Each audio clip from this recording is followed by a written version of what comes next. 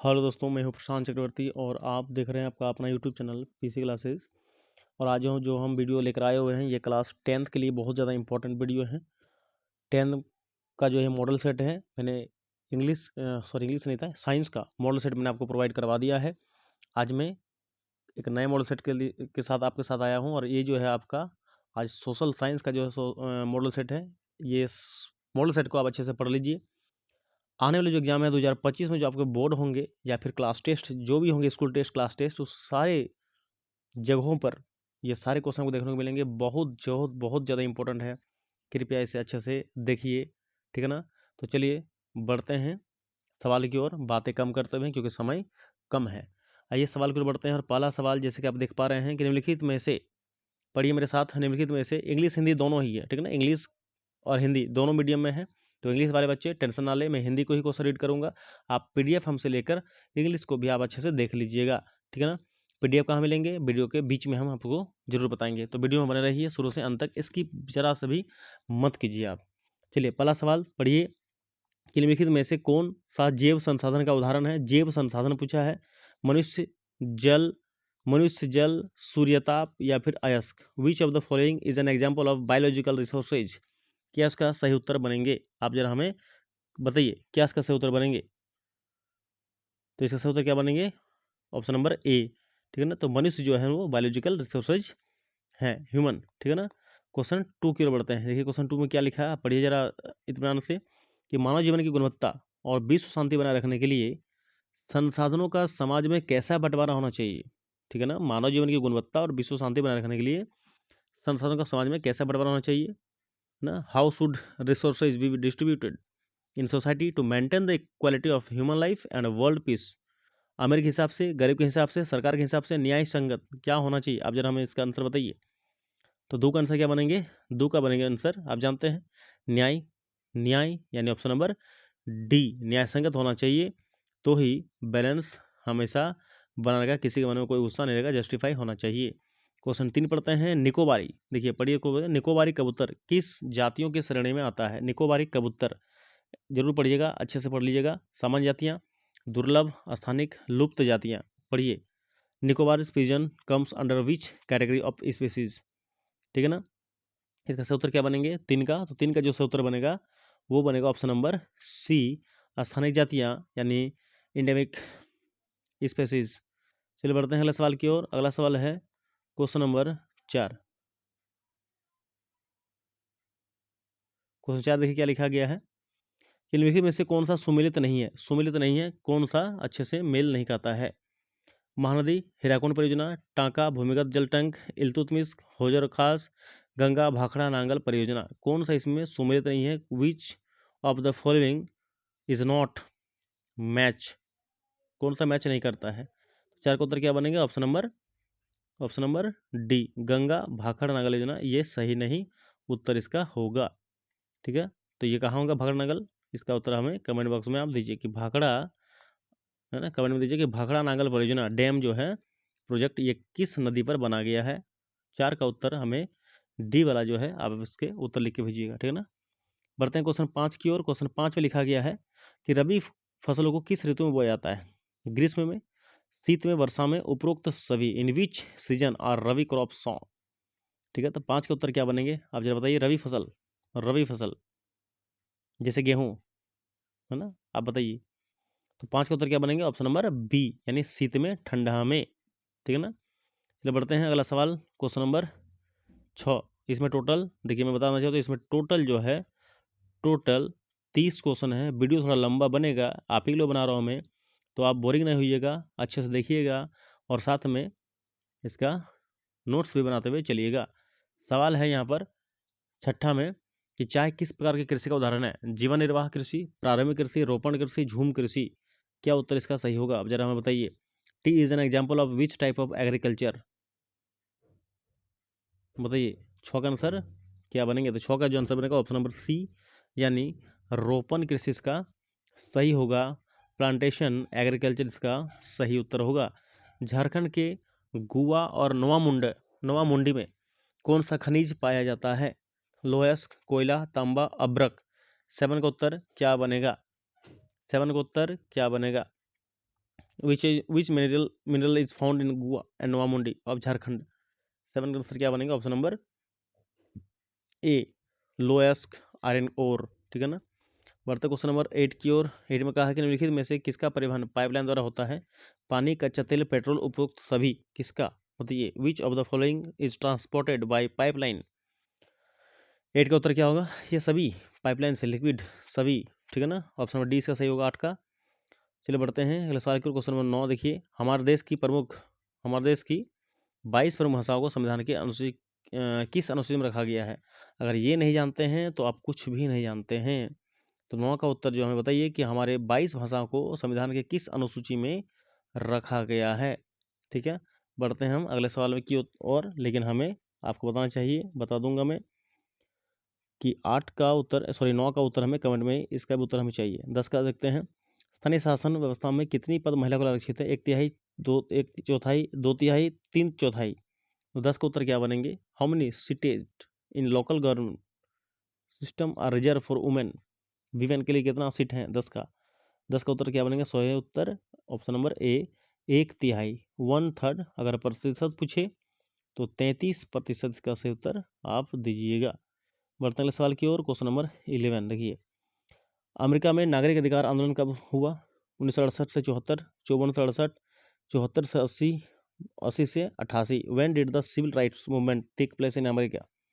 11 का उत्तर क्या बनेंगे? तो 11 का जो सही उत्तर बनेगा ऑप्शन नंबर बी सही होगा, यानी 54 से 68 इसका सही उत्तर। आप इसको याद कीजिएगा।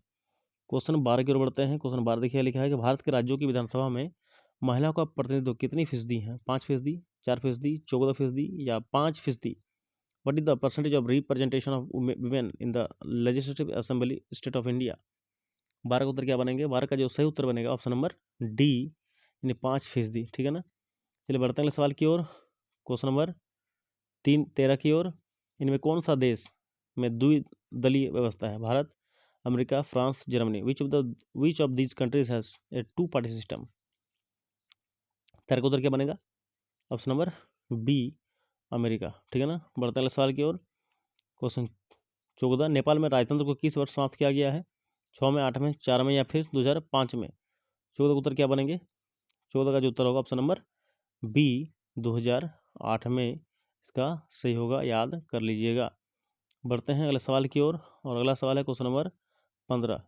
15 देखिए क्या लिखा है, बोलोविया में पानी के निजीकरण के खिलाफ आंदोलन की अगुवाई किस संगठन ने किया था? फेडेकोर, नेपेम, बैमसिफ या कांग्रेस? क्या उसका उत्तर सही होगा? 15 का, 15 का उत्तर क्या सही होगा? ऑप्शन नंबर ए, फेडेकोर। ये नंबर इसका सही होगा, टिक कर लीजिएगा। चलिए बढ़ते हैं सवाल 16 में, केरल में शिशु मृत्यु दर कम होने का कारण निम्नलिखित में से कौन सा है? ऑप्शन नंबर ए, सार्वजनिक वितरण प्रणाली का सही क्रियान्वयन, बी, उत्तम परिवहन व्यवस्था, सी, शिक्षा एवं स्वास्थ्य जैसे मौलिक सुविधा की पर्याप्त उपलब्धता, डी, उच्च प्रति व्यक्ति आय। 16 का उत्तर क्या बनेंगे? तो 16 का जो सही उत्तर बनेगा ऑप्शन नंबर सी इसका सही होगा, शिक्षा एवं स्वास्थ्य जैसी मौलिक सुविधा का पर्याप्त। क्योंकि हम जानते हैं केरल में 100% लिटरेसी रेट है, साक्षरता दर बहुत ज़्यादा है। तो 17 बढ़ते हैं, निम्नलिखित में से किसे संगठित क्षेत्र में नियोजित कहा जा सकता है? कृषि मजदूर, बहुराष्ट्र कंपनी का स्थायी कर्मचारी, आप पढ़िए ऑप्शन को, लघु उद्योग के श्रमिक या कबाड़ी वाला को, किसे कहेंगे हम लोग संगठित क्षेत्र? 17 का, तो 17 का उत्तर क्या बनेगा? ऑप्शन नंबर ये बी, अब टिक लीजिए, बहुराष्ट्र कंपनी का अस्थायी कर्मचारी। बढ़ते क्वेश्चन नंबर 18 की ओर।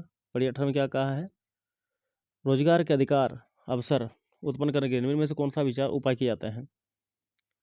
ये क्या उसका उत्तर सही होगा? 18 नंबर का पढ़िए आप, शिक्षा की सुविधा, विद्यालय अस्पताल की स्थापना, खाद्य प्रसंस्करण इकाई की स्थापना। तो 18 का उत्तर क्या होंगे? 18 का सही उत्तर होगा ऑप्शन नंबर डी, 1, 2 और 3 सब सही है। 18 का डी इसका सही बनेगा, समझ गए हो बाबू? हाँ बाबू। 19 नंबर, चलिए बढ़ते हैं, निम्नलिखित में से कौन सी एजेंसी भारत सरकार की ओर से करेंसी नोट जारी करता है? बेटा बताओ जल्दी। भारत के वित्त मंत्री इन्हें जारी करते हैं, रिजर्व बैंक जारी करता है, देश के सभी बैंक करेंसी नोट जारी करते हैं, या फिर विश्व बैंक करेंसी नोट जारी करते हैं? कौन से उत्तर मांगेंगे? 19 number, which of the following agency issues currency notes on behalf of the government of India? GOI. 19 का उत्तर क्या बनेंगे? 19 का जो सही उत्तर होगा ऑप्शन नंबर बी होगा, R B RBI Reserve Bank of India, इसका स्थापना 1 अप्रैल 1935 को हुई थी। इसको भी आप याद करते हुए चलिएगा। क्वेश्चन 20, राम और श्याम 2 छोटे किसान हैं, ठीक है, जिन्हें अलग अलग सोर्स से 20,000 रुपया कर्ज लिया, ठीक है। राम ने 1.5% ब्याज प्रतिमाह दर से एक व्यापारी से कर्ज लिया, जबकि श्याम ने यह कर्ज बैंक से 8% की दर से लिया, ठीक है। उपरोक्त आधार पर निम्नलिखित में से कौन सा कथन सत्य है? आप इसे अच्छे से पढ़िएगा ऑप्शन को, इसका उत्तर अब दीजिएगा। क्या उत्तर होगा? 20 का मैं से बताता हूँ। ऑप्शन नंबर सी इसका सही बनेगा। राम का हालात ज़्यादा खराब है क्योंकि वो ज़्यादा ब्याज दे रहा है। जो ज़्यादा खराब भी होगा, ऑब्वियसली बात है। क्वेश्चन 21, भारत सरकार ने सूचना का अधिकार आरटीआई नामक कानून कब लागू किया? Right to information. 21 नंबर पढ़िए। अक्टूबर 2005, 2006, 5 जनवरी 2005, नवंबर 2007। 21 का क्या उत्तर बनेंगे? 21 का जो सही उत्तर होगा ऑप्शन नंबर ए इसका सही होगा, अक्टूबर 2005 में आरटीआई, राइट टू इन्फॉर्मेशन, सूचना का अधिकार। बढ़ते हैं अगले सवाल की ओर। क्वेश्चन नंबर 22, सरकार द्वारा अवरोधों अथवा प्रतिबंधों को हटाने की प्रक्रिया क्या कहलाती है? वैश्वीकरण, निजीकरण, उदारीकरण, राष्ट्रवाद। What is the process of removing barriers of restrictions by the government of called? 22 का उत्तर क्या बनेगा? ऑप्शन नंबर सी, उदारीकरण, लिबराइजेशन। चलिए बढ़ते हैं अगले सवाल की ओर। क्वेश्चन नंबर 23, अनसर्ट रेनन किस देश के दार्शनिक थे, किस देश के फिलोसोफर थे? बताइए आप हमें। Ernst Renan was philosopher from which country? Germany, फ्रांसीसी, अमेरिकी, भारतीय। 23 का उत्तर क्या बनेंगे? 23 का जो सही उत्तर होगा ऑप्शन नंबर बी, फ्रांसीसी सही होगा। आंसर टिक कीजिएगा। बढ़ते हैं 24 की ओर। फ्रांसीसी क्रांति कब हुई थी? 1789, 1857, 1757, 1947। 24 का उत्तर क्या बनेंगे? ऑप्शन नंबर ए सही होगा, टिक कर लीजिएगा। 1790, 1789। 25, यंग इटली भूमिगत संगठन की स्थापना कौन थे? यंग इटली भूमिगत संगठन के संस्थापक कौन थे? Who was the founder of young Italy underground organisation? Hitler, Napoleon, Giuseppe Mazzini या कार्ल मार्क्स? 25 का क्या बनेगा? ऑप्शन नंबर सी, जोसेफी मैशनी, ठीक है ना। बढ़ते हैं क्वेश्चन नंबर 26 की ओर। गांधी दक्षिण अफ्रीका से भारत कब लौटे? जनवरी 15, अगस्त 21, मार्च 30, जनवरी 50। तो क्या होने का इसका सही उत्तर 26 का? तो 26 का सही उत्तर होगा ऑप्शन नंबर ए, जनवरी 1915। ये सही कीजिएगा। लेकिन कितना जनवरी? तो 9 जनवरी। कितना? 9 जनवरी 1915 को वो वापस इंडिया लौटे साउथ अफ्रीका से। इसलिए प्रत्येक 9 जनवरी को जो है भारतीय प्रवासी दिवस मनाते हैं, यानी नेशनल माइग्रेंट डे मनाते हैं प्रत्येक 9 जनवरी को। चलिए क्वेश्चन 27 की ओर बढ़ते हैं। 27 में लिखा है पूना पैक्ट डॉक्टर भीमराव अम्बेडकर द्वारा किसके मध्य हुआ था? नेहरू साहब, पटेल साहब, राजेंद्र प्रसाद साहब, गांधी के साहब। पूना पैक्ट, 27 का उत्तर क्या बनेंगे? तो ऑप्शन नंबर डी होगा। पूना पैक्ट जो था गांधी और भीमराव अम्बेडकर के बीच में चला था। तो चलिए क्वेश्चन नंबर 28 की ओर बढ़ते हैं। लेकिन इसके बढ़ने से पहले मैं कुछ कहना चाहूँगा कि अगर इस वीडियो का आप PDF चाहते हैं आंसर के साथ, तो हमारे टेलीग्राम चैनल को ज्वाइन कर लीजिएगा, व्हाट्सएप चैनल को ज्वाइन कर लीजिएगा। ये इस चैनलों का लिंक में वीडियो के अंत में डिस्क्रिप्शन बॉक्स के नीचे में पिन कर दूंगा, वहाँ से आप ज्वाइन होइएगा और इस सारी चीज़ों का आंसर आप पाइएगा।